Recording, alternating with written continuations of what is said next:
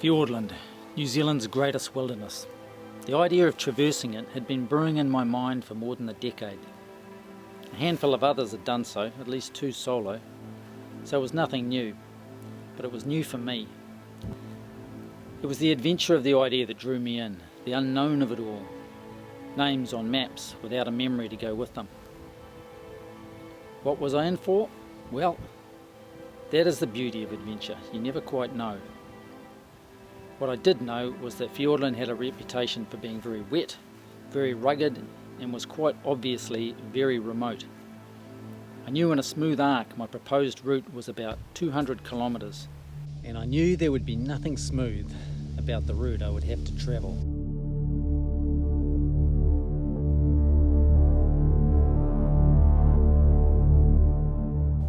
Alright, good luck, Mark. See you, mate. I'm totally nervous. I don't know what the hell I've got myself into in some ways. I've got no idea how this thing's going to go. I'm not sure that I'm excited, actually, but I'm just keen to get moving so I can stop thinking about this thing and actually just be part of this place and get to know it and get comfortable out here.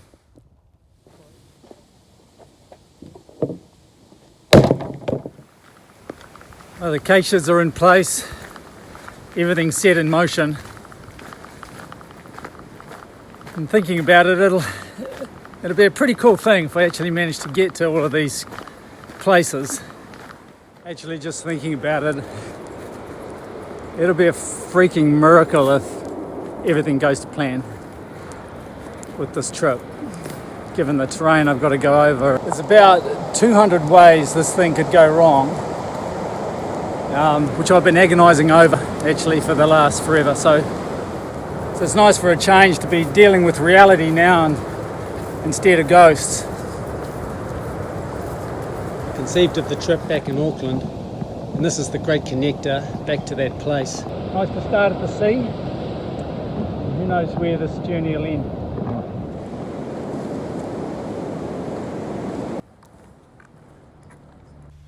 One thing seemed certain. It was going to be a very physically and possibly mentally demanding trip. I was closing in on 60 laps around the sun. Almost 60 comes with baggage, and I began to doubt my body for no other reason than the number. Were those training aches and niggles just rust coming off, or was it wear?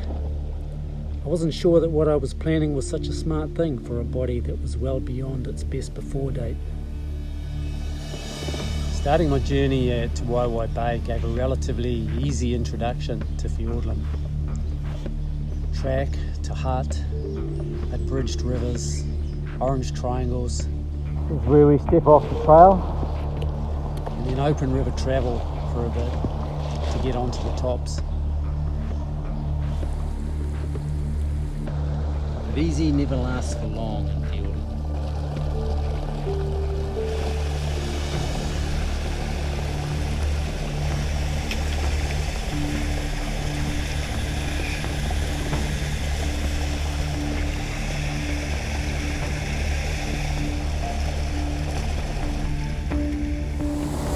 Reached the point where this river gorges out now, so heading up a spur for 300 or 400 metres. Hopefully break out into the open before lunch.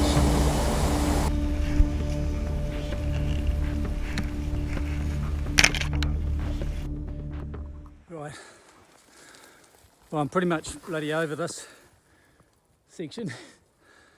I've got built a scrub, I just can't find a way through it. I need some lunch, but I don't want to have lunch till I solve this problem, and now I'm tired and I'm hungry and I just want to get out of this scrub belt. God, I'm so over this. These zips have just unzipped, I've lost my head net now. Yep, it was a tough few hours getting to the top on that first day off track. I was learning the rules of the game, and one rule was avoid scrub at all costs. Once I made it to the tops though, the sense of release and freedom was profound. Fiordland's beauty was as bewitching as her wildness was taxing. Now it feels better.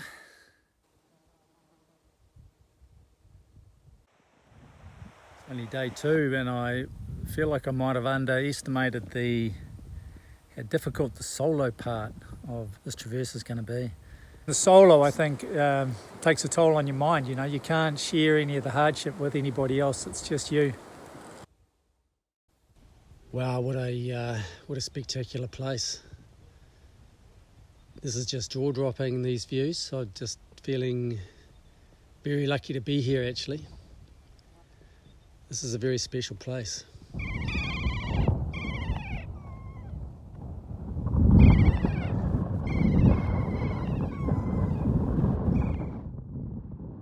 Well, this is my first view, really, of where I'm heading to over the next few weeks.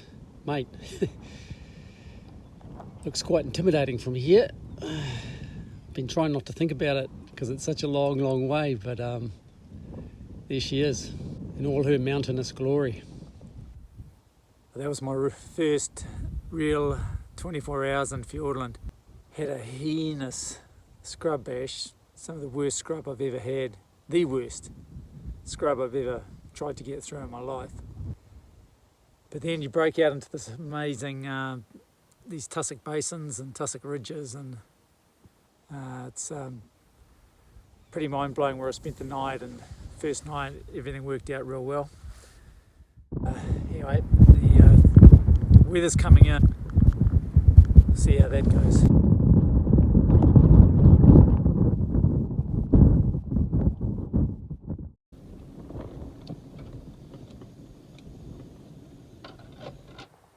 An interesting situation. I've got these 2 big days to get to my next food drop.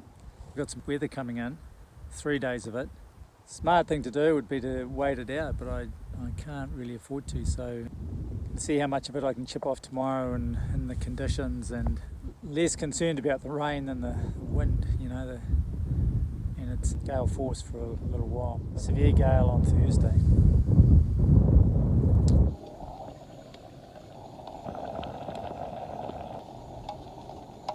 Woke up to rain, still raining, expect it'll rain all day, so just heading up into the murk to see if I can find a way along to another camp.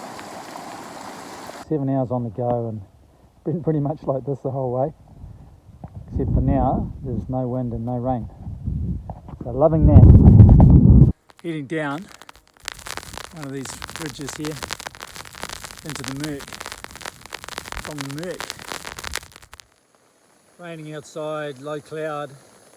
Be nice to spend the day in the pit, but I'm going to run out of food if I do that. I've got a worse day coming tomorrow, so I'm going to see if I can get to another set of tarns. A day's walk from here, or half a day's walk. On the high point here of the Princess Range.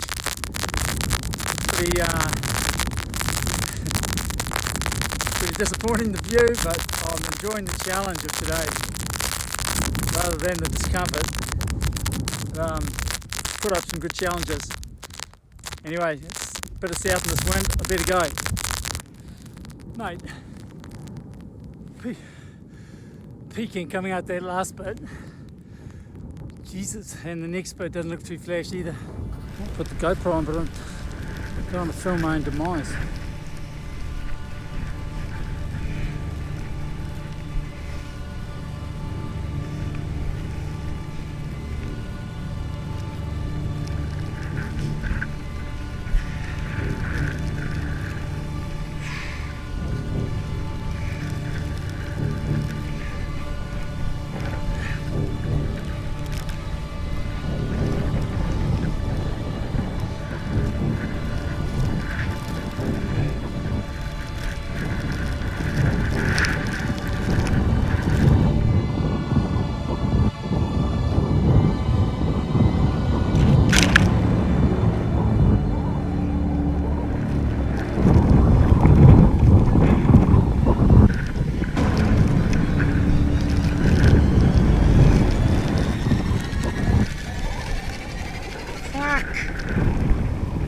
Took off the GoPro for the worst of the ridge to concentrate fully. It was pretty gripped, partly because I had no idea of the route after the summit, and I didn't feel like I could reverse the worst of the bits of the climbing that I'd just done.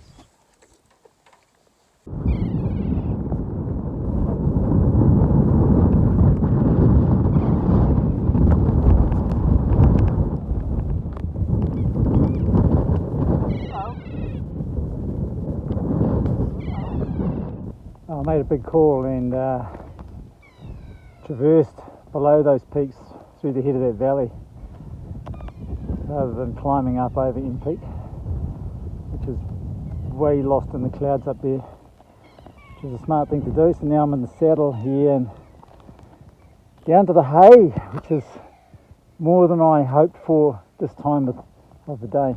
Just come down off the tops through 600 metres of bush. Just a sense of release once you get out to the relative bush edge. The next dilemma is the hay burn stream. Then the trick is to try and find a footprint for the tent. You don't come across any all day pretty much. It was the only flat spot I'd seen all day, but it was a cracker. So nice to have a fire after 2 days of solid rain from the south. Mate, this place is hard. It's just like body abuse all day, or down through the bush. Just hard work. Over, under, knees, legs take a hammering. It's probably twice as hard as I thought it would be. Factor of 2 at least, I reckon, this place. What's really nice is once you get down to the bush line, you can actually make yourself a bit more comfortable. And up on the mountains, you know, the weather's everything, and it's tough when it's blowing southerly and it's raining, and your sleeping bag's lighter than it should be. Yeah, it would be a real mission trying to get across the hay today. Good thing I crawled across there last night. Water is what makes Fiordland's heart pump and her arteries flow. When it rains, the air is filled with the roar of water. The moss gets fat and everything is sodden. Everything. Mate, I'm as wet as a trout. This bush is soaking.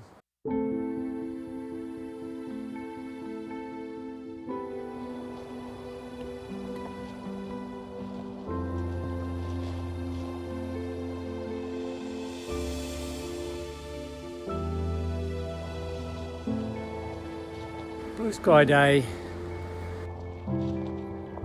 Beautiful, beautiful place.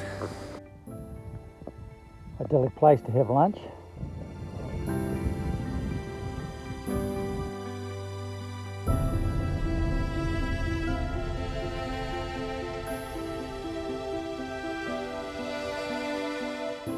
I have to pinch myself some of these gorgeous places I get to stay. Good to be up in the mountains and enjoying this stunning scenery with fine weather again.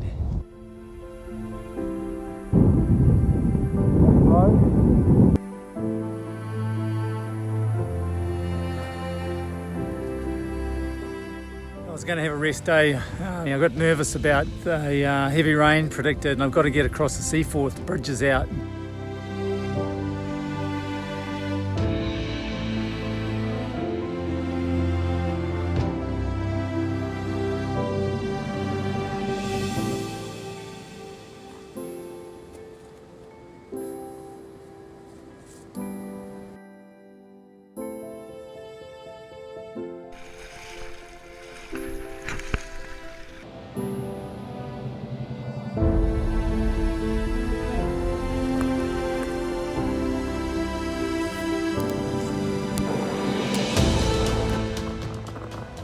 Enjoyed a lovely day off here at Kintail Hut, and now heading up to Centre Pass, about an 800-900 metre climb, so it's a big start to the day.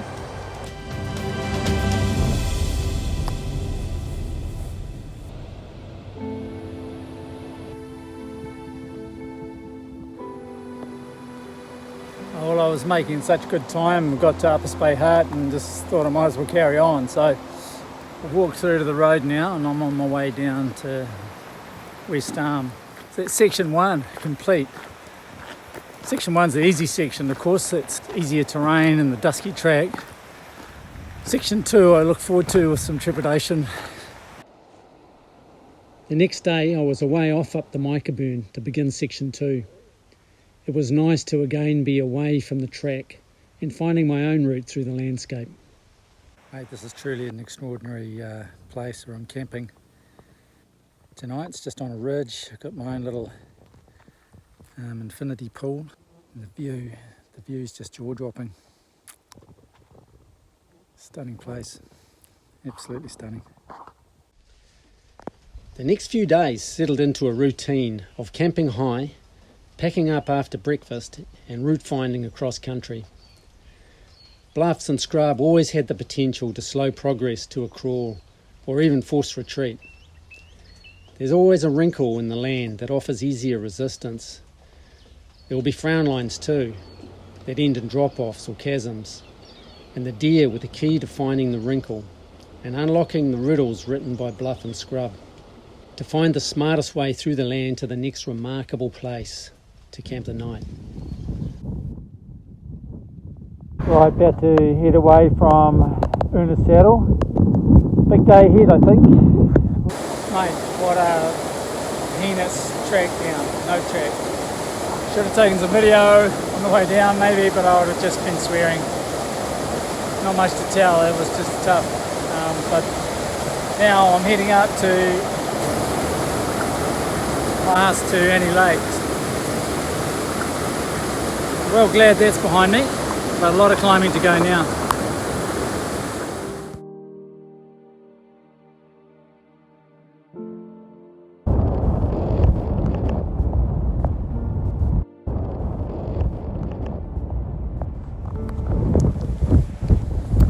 Chilly up here, quite a wind blowing, but it's Lake Anna Hugh, heading down that way, down into that deep valley. Pretty stunning day. Jeez, this place is just astounding in terms of its beauty. Gotta say, I'm just dropping over this edge here. Steep section, need to be careful. This is the Elaine stream. Just beautiful place to have lunch. Yeah, it's been a brilliant day. Seen 7 deer coming down the Elaine. Got within 3 metres, honestly, one stag. He couldn't see me, he was behind a punga. So he starts moving towards me with his head down. He's got his antlers lowered. And I'm pretty sure both our hearts skipped a beat when our eyes locked. And he bounded off a few metres and we checked each other out for a bit. Now we're following further down the Elaine till we get to a gorge, and this is what a track, Fiordland style, looks like. The rivers are one of the routes through the landscape. So yes, very excited to be out of the thick bush for a bit.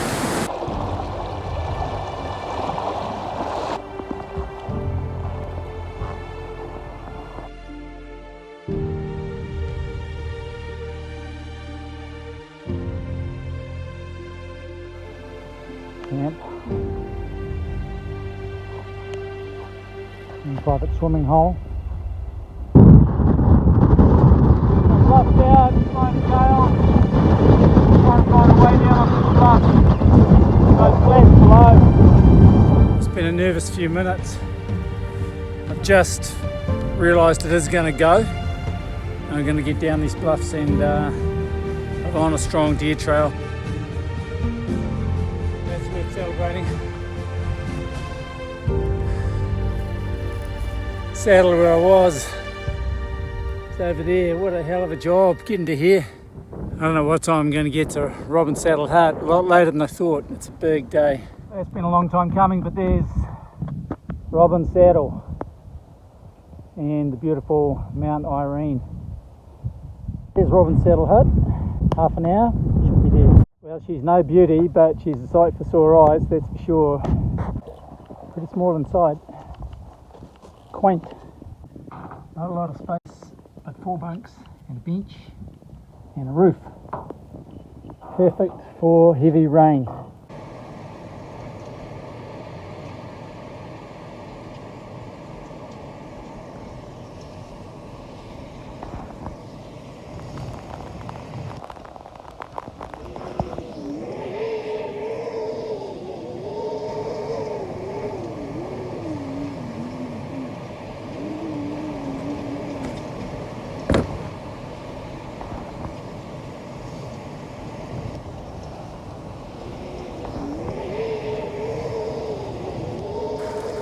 It's rained incessantly all day long here, and just galing all day. Great gusts come shooting through, and this hut just shudders and shakes, and it's classic. Anyway, I'm pretty pleased I'm not in a tent, because it would be, if I was up here, it would be shredded. It wouldn't have lasted. I'd have to be down in the bush. Mount Irene was never on my agenda to climb, but climbing accounts in the hut logbook made me curious enough to make a detour. And while the line of least resistance is generally the motto of the tramper, that is not always the goal with climbing mountains.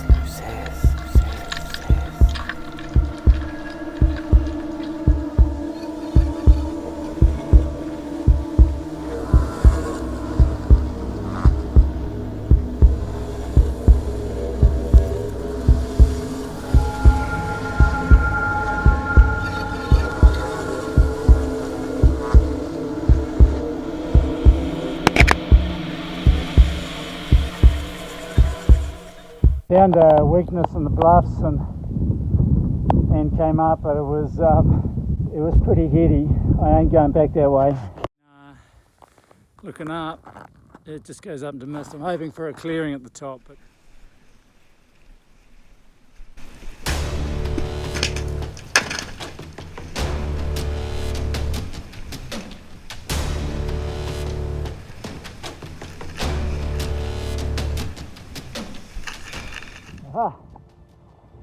there's an alien up here.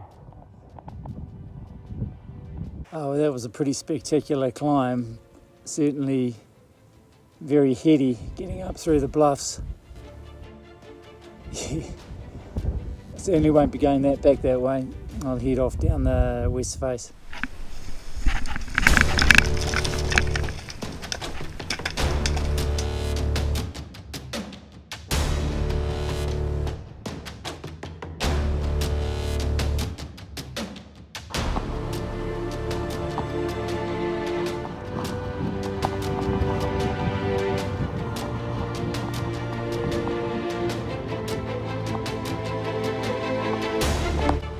I've got to get down to 50 metres and then I can traverse back to the saddle. Not too much farther. Because I climbed Irene this morning, I'm pushing for time now, so I don't know if I'm going to make the hut actually. Man,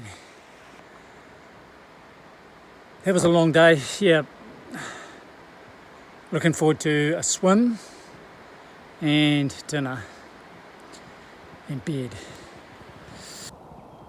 We've got down into the lower Woodrow burn, and must be the dune that heads out left of that mountain. So down in the flats again. And my next leg takes me up the dune, where I'm going to try and find the Pisgah rock biv, which is buried in the bush somewhere, to spend the night. Rock bivvies have always held a certain appeal for me. I think it's because they're nature's natural sanctuaries from the elements. And some of them have long histories of giving shelter to hunters and trampers and others. The third section of my journey had 3 of these Gothic rock dwellings that I planned to stay in. Hey, classic Fiordland day, it rained all night. So everything's dripping wet, still heading up the dune. What else are you going to do with a wet day? Fiordland was a study in ever-changing landscapes. That is the nature of a journey. With both highs and lows, my mantra was, this too shall pass. It was a reminder to revel in the beauty that surrounded me. And in those times when I had to dig a little, to just accept the grind as part of the whole. Mate, there's bloody rugged up through there. Mate, might have a big day ahead. Another one. They're all big. And there's never an easy day in this place. Sandflies, not that flash here. Ooh, it's freezing cold this morning. God knows how the deer get into this valley. I know they don't have opposable thumbs, so they didn't come that way. That was epic, getting down these bluffs. 20 past 6, feeling pretty toasted. We've still got probably at least a kilometre more of this to go. Oh mate, I've got to ask, did deer ever drop the F-bomb? I reckon they must do. There was some bush getting up to here. Jeepers. Sandflies just all over me. I don't know why they're so bad. Maybe because of the impending bad weather. All right, it's been, it's still going. It's still going. It's going to be an epic day. Not a whole lot better out there today. My flatmates have left, so I've got the hut to myself, which is now very lonely. They were a great bunch. Enjoyed their company. Hey, have a great trip, Mark. Have a good trip, Mark. Nice. Yeah, same with you guys. Good luck. Hey, bye.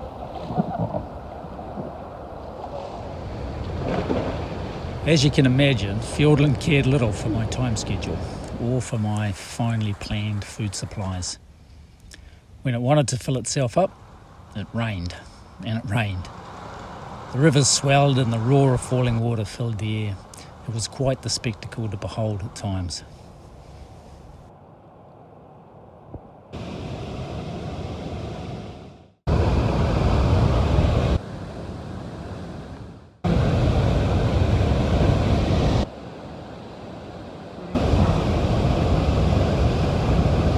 Pretty much over this weather, quite frankly. 5 days here now. Well, 5 days here in Hankinson's. Well, I've got a half decent day this morning. It was raining, of course, when I woke up, but then forecast is for clearing, so I've finally left Thompson's hut, broken the bond, and heading back into the hills, which feels great. Heading up the Wapiti to Lake Sutherland, and then maybe get up to the tops tonight. I don't know. We'll see how slow going it is. It's not bad going at the moment, so yeah, we'll see. Always an adventure in Fiordland. And that brooding looking gully up there is the one I'm heading for. Oh man, I got a long way to go today. Sun's not really trying to break through, it's raining. Some things never change.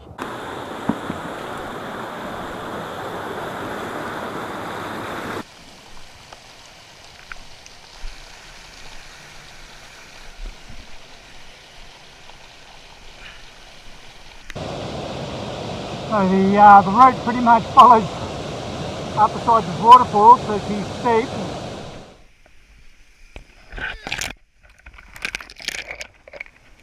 Holy crap, that is insanely steep and just sodden and rotten and mossy and quintessential Fiordland really. Well, I'm not out of the woods yet, but I think I'm out of the worst of it. Oh, it's pretty, eh? Up here, heading up that saddle, just the sort of place you'd expect to see a Wapiti.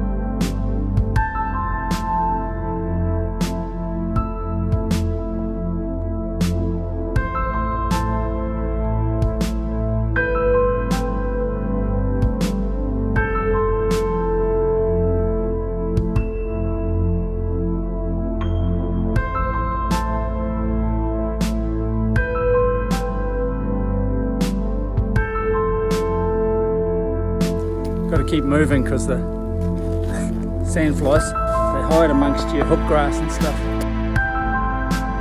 It's a pity it wasn't a sandfly-proof stop gate.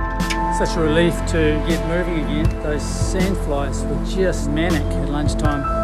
You know, I reckon I lost close to a pint and thought I'd better get going. Look at the state of it, bloody trying to eat breakfast.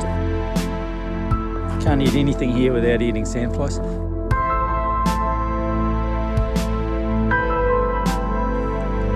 Cool, I can hear these wapiti roaring below me.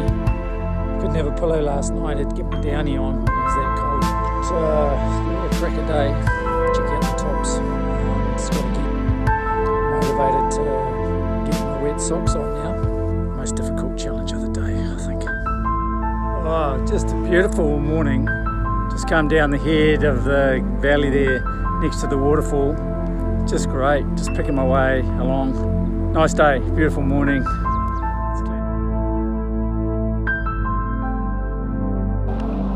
The Henderson's changed into a steep little creek I've been following down for a couple of hours.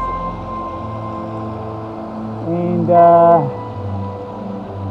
probably got a couple to go out to Glainsnock. Yeah, Glainsnock behind me. It's one of the highways up into Wapiti country, famous river. I've read about for years, and nice to finally be travelling it and heading down to the Glainsnock hut, which is on the edge of Lake Tiano. It was here as I packed my last cache of food that I realised it wasn't going to be forever. You know, time was running out. So I decided to make the most of my time and head back up into the Wapiti country. This is the Takahe stream coming in here, so I'll go up tomorrow. And the Glainsnock's now, you know, too small and crossable. Go try and find Glainsnock bird. The Hotel Glainsnock, get a fire going in there, and so no tent tonight. Got here just as the rain started to fall, so perfect timing. Glainsnock Rockberg is steeped in hunting history and folklore, with names from days past etched into its roof and walls, going back to at least the 1960s. It was from here that hunters launched fly camping trips to the tops, and back to here they retreated to when the weather closed in.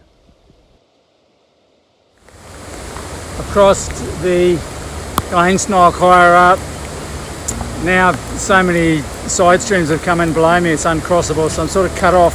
So I'm sort of committed to going over the tops, and the weather seems set in. I've got a roaring Takahe River beside me. I haven't seen it yet. I sort of sidled into it, but it's probably uncrossable on its own. There's the Takahe River. That's where I'm going. Gateway to the top.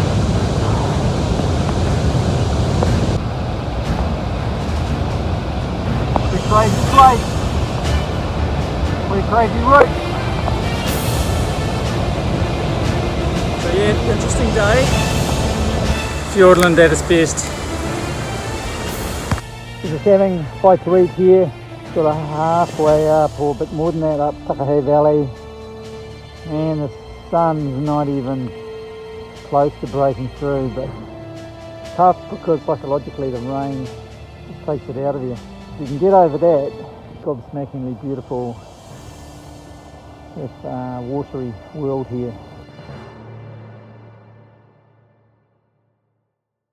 It's a wild native valley.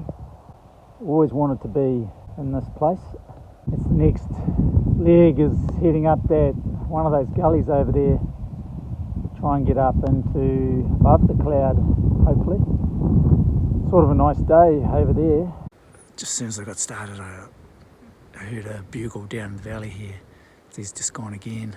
It'll be beautiful up on the tops if I get above this cloud. It's freaking cold at the moment though, gloves on. I'm heading up here now. It's steeper than it looks on the camera. But there is a day to be had up there. Oh, this place is stunning, and it's iconic Fiordland. Lots of exposed rock, breathtaking views of lakes and hanging valleys. I think I'm just going to get out the cooker and have a brew and just enjoy this place for a bit before I drop down into the Bernard Burn and try to find the Worsley rock biv.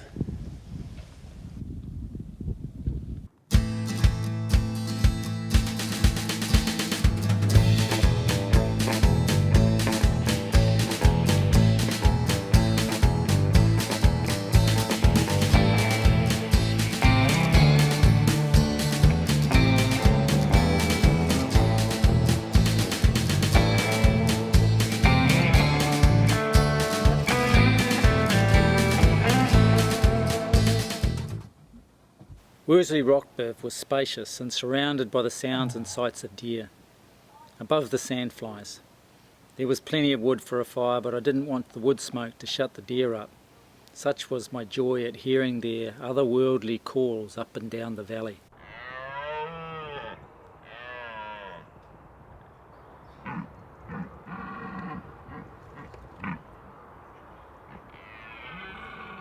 Yeah, bittersweet at the end of journeys. When's the right time to end, you know? I suppose it's when you run out of food, but I could stay here a long time. God, you just got to so love this terrain.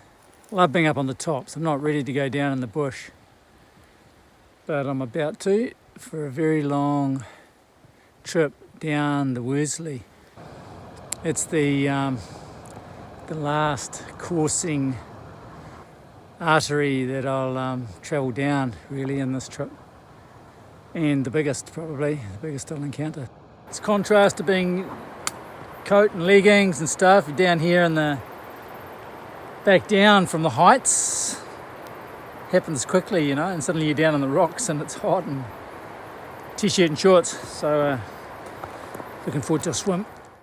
My legs needed a rest and I had some rain coming in, so it ended up costing me 4 days in this hut, which was not a bad place to be at all, really. I shared it for a night and it was nice to finally spend a night lakeside on Tiano. Now, I'm probably stalling this morning. It's going to be a tough one. Just a long bush bash against the grain of the land really to get up to Lake Indecision for lunch hopefully. So there's the leg to test your resolve. Mate, just kilometres of bush bashing and I finally reached the river, so now I'm the same bush bashing actually, but at least I'm going up now, up to Lake Indecision. Change of direction. Oh God, this is beautiful up here, but geez, I thought I was never going to get here. This bush is just interminable and dense and rotten and all fallen logs and streams and just hard bloody work. Anyway, I've earned lunch. I'm having famous noodles again for the 30th time. I don't even want to speak to this, but this is tight. With moves behind me, I wasn't sure I could reverse. I found myself only a few moves from safety, but they were moves on moss and herbs, with consequences I didn't even want to think about. Gee, it's good when a plan works out, but fine margins on that one. So here I am. I'm right below that saddle, so I'm bang on. Feel good. Just so nice to get out of that, up here, out of that bush, and finally can start looking for a campsite soon and stuff. Oh, geez, what a tough day. Hard and cruxy. I've never had so much riding on a hunch for so long. It was paid off luckily. I managed to find a footprint for the tent, catching the very last of the sun for the day. Not the flattest spot by a long shot, but a stunning position to spend my last night. One of the rare privileges of doing this sort of a trip is being able to define the route for myself and choosing where I spend my nights, and this is about as good as it gets, really. Our last day, really looking forward to getting out of the bush today. Thought I might have mixed feelings like I did about a week ago. You know, I just wanted it to go on forever, but when you're thrashing away down some steep, stumbly, clambering kind of hill, you can kind of get over it too. So anyway, so I'm looking forward to getting out, getting down to the Clinton. Oh well, it was awesome. Got a slip to come down at the end, and we're looking out at the Clinton Valley. Somewhere over there is the Clinton River, so I'll find the track, cross on the swing bridge. Milford Track, that was my goal. This has been a long time coming, and finally the Milford Track. Very cool, couldn't be happier. 40 days pretty much as anticipated, and geez, but what an adventure. I had a way bigger of an adventure than I imagined I was going to, that's for sure. Huge feeling of satisfaction and accomplishment, and now I just want to get out. Traversing Fiordland has to be about the most rewarding thing I've ever done in my life. Before my first footfall, this journey was at turns overwhelming in scale, daunting in the physical commitment and logistical complexity required, and unnerving in its potential for humiliation. The journey itself was at times a gripping adventure and intriguing beyond my imaginings. Weather hold-ups and terrain that was tough work to negotiate were frustrating, but as often as not, the travel was absorbing and pleasant. I was never sure quite what the quintessential Fiordland experience was. Was it thrashing through a sodden forest all day, negotiating flooded creeks and arriving at a saddle shrouded in mist, trying to find a semi-dry footprint for the tent? Or was it walking along the roof of Fiordland in brilliant sunshine, half the world in shadow, half picture postcards of hanging lakes and craggy peaks and a million hues of green? Every day, travelling was a distinctly different Fiordland experience, rich in encounters and with emotion. There's a risk when one has dreamed of doing something for a long time, that reality won't live up to the mind's hype. Fiordland exceeded all my expectations. So did I, actually. If I finished the trip at all, I wondered if I would finish feeling broken. It was the other way around completely. I shudder when I think of the little voice, so persuasive 6 months before, telling me I'd never find form and to give it up. There's a simple beauty to tramping journeys. Everything needed on one's back, doing what our bodies are best designed to do, walk. Exploring what's over the horizon, new vistas to feast on each day. Travelling amid myriad expressions of the miracle that nature is, and savouring the innate satisfaction of it all. It felt like a rare privilege, but in reality, such opportunities are there for the having all over this wonderful country. We just have to have the desire and choose something suitable to our comfort level. The rest will fall into place. My greatest hope would be that some of those following along are inspired enough to plan a sojourn of their own design. This is healing. This is renewal. This is mental and physical well-being. This is food for the soul. And I'm at Door Pass. It's all downhill from here, maybe 3 hours to the road. So looking forward to seeing my mum and dad, who've made a special trip down just to see me finish this thing. But I ain't finished yet. Yeah, so last pass, last chocolate bar, and down to the last kilometre. Always wondered how I'd feel on the last kilometre, but my legs feel great. Feet feel fine, my knees feel great.